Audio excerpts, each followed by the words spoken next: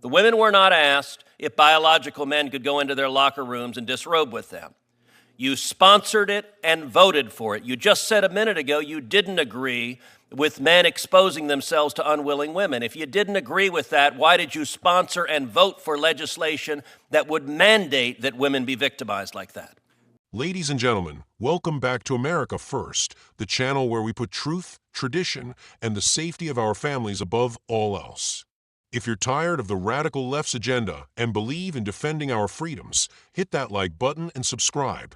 And make sure to ring that bell so you never miss a dose of common sense the media refuses to give you. Today, we're diving deep into a tense Senate hearing that's making waves. Senator Ted Cruz absolutely refusing to let up on President Biden's judicial nominees, specifically over the controversial issue of biological men, so-called trans women, being allowed in women's locker rooms and prisons. This is from Forbes Breaking News, and if you haven't watched it yet, don't worry. I'm breaking it down for you with the facts, the context, and folks, my honest, patriotic opinion. Thank you, Mr. Chairman. Just weeks before the election, the Biden administration is trying to ram through yet 6 more federal judges without adequate vetting from this committee. There are 6 witnesses on this committee. Each senator is given 5 minutes of questioning. That counts up to 50 seconds per judge. They're doing this because the record of these judges cannot withstand scrutiny. I'm going to limit my questioning just to a couple because that's exactly what the Democrats want, is no scrutiny of radical judicial nominees. I'm going to start with Judge Brendisi. Judge Brendisi, should biological men be able to expose themselves to unwilling women, including underage girls? Senator, that's not a view I share. So your answer is no. Senator, I want to be somewhat careful because there are a number of cases that are working. Is your answer yes? You said that's not a view you share. It's not. Then why, just a moment ago, Senator Blackburn was asking you about, as a congressman, you were a congressman from 2019 to 2021. That's correct. You were original co-sponsor of and you voted for an Orwellian-named extreme piece of Democrat legislation called the Equality Act. The Equality Act mandated that biological men could play in women's sports, could go to women's bathrooms, could go to women's locker room. The women were not asked. The women were not asked if biological men could go into their locker rooms and disrobe with them.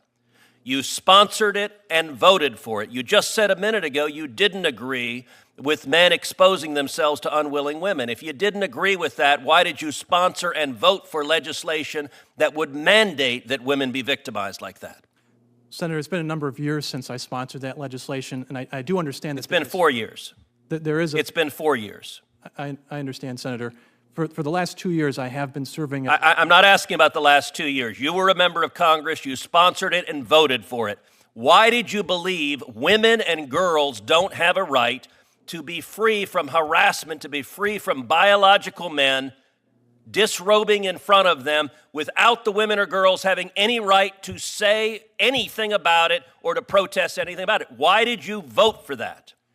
Senator, my recollection of the legislation is that it would prevent discrimination based on gender. Your recollection is contrary to the explicit text of the statute. Are you fond of ignoring the text of statutes?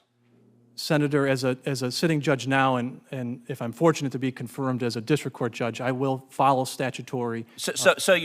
But you didn't when you were a congressman. You sponsored it, you voted for it, and by the way, to be clear, for some reason under Joe Biden, the state of New York really is getting hammered with judicial nominees. Another judicial nominee for New York was Judge Sarah Netburn, who on a similar issue ruled she had a serial rapist in front of her, a 6'2" man who was a serial rapist who decided to identify as a woman, and Judge Netburn ordered that 6'2" man to be incarcerated with women.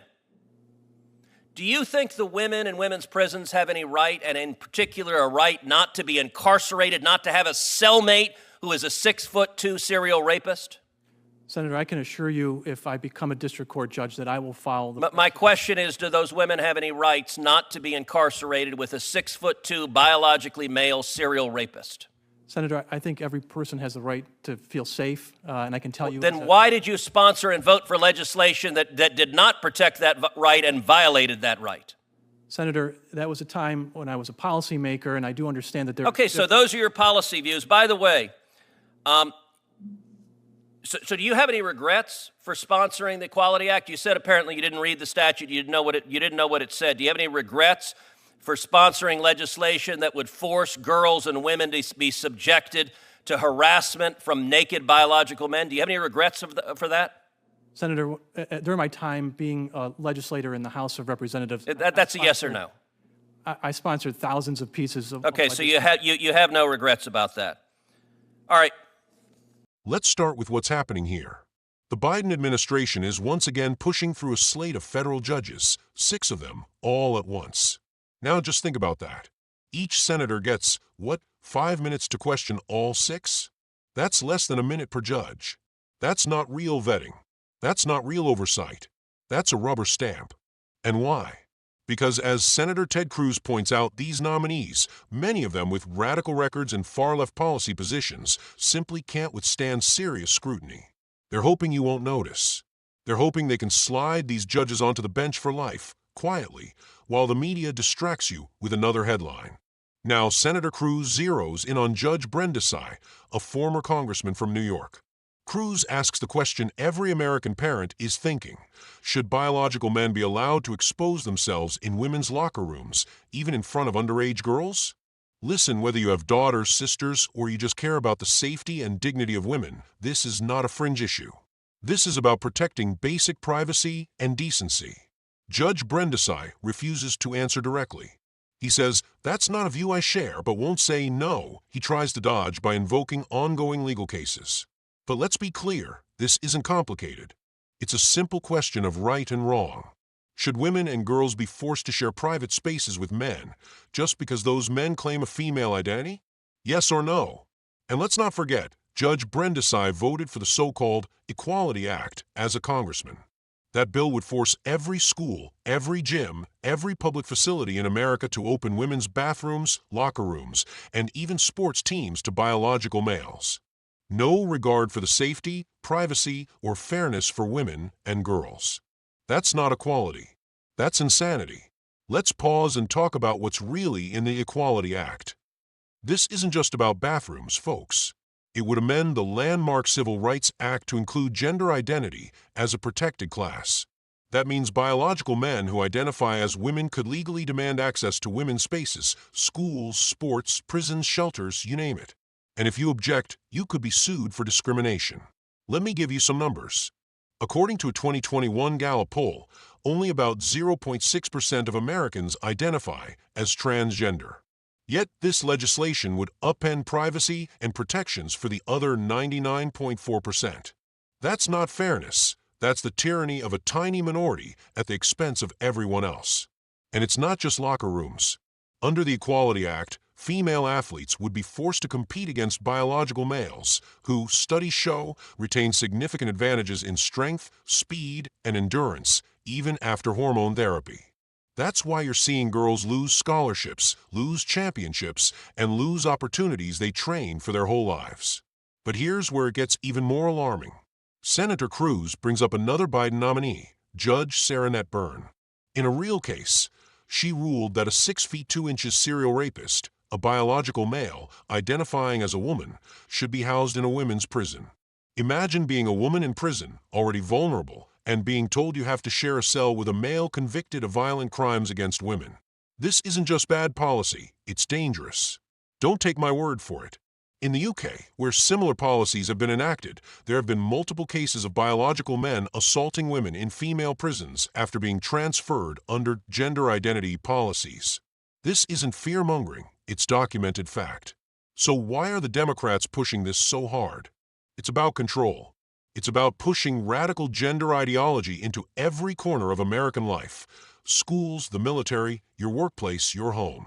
The left wants to redefine sex, erase biological reality, and punish anyone who speaks up for common sense. And let's be honest, the real victims here are women and girls. Their rights, their privacy, their safety are being thrown under the bus for the sake of woke virtue signaling. Back to the hearing, Cruz presses Brendisi, asking if he regrets supporting the Equality Act. Does he regret putting women and girls at risk? Does he regret forcing them to share private spaces with biological men? Judge Brendisi gives no clear answer. No apology. no recognition of the harm. He tries to distance himself, saying that was his policy role, but as a judge, he'll follow the law. But here's the thing, folks, judges interpret the law. They have immense power to decide what these vague mandates mean in practice. We can't afford to put people on the bench who don't even recognize these basic truths. This isn't just about one judge or one bill. This is about the future of our country. If we keep confirming judges who put ideology before truth, who refuse to protect the basic rights of women and children, we're heading down a path we may not be able to come back from. Our Constitution was written to secure the blessings of liberty, not to enable social experiments that put Americans at risk. The left wants to tear down the foundations of our society: truth, morality, and biological reality. So what can you do? Here's my call to action. Contact your senators. Tell them to vote no on radical judges who refuse to stand up for women's rights and basic truth. Share this video. Let your friends and family know what's happening. The mainstream media won't cover it, so it's up to us. Support organizations fighting for women's rights. Groups like Save Women's Sports, Women's Liberation Front, and others are speaking out. Support them. Stay engaged. Don't let them wear you down. The left wants you to feel isolated, but you're not alone. Listen, patriots. This isn't about hate. This isn't about excluding anyone. This is about protecting the people who built this country, our mothers, our daughters, our sisters. This is about truth, decency, and the American way. We believe in equal rights for everyone, but not special rights for a few that trample over the many. If we don't stand up now, we may lose the America we love. The America where girls have fair opportunities, where privacy is respected, where common sense matters.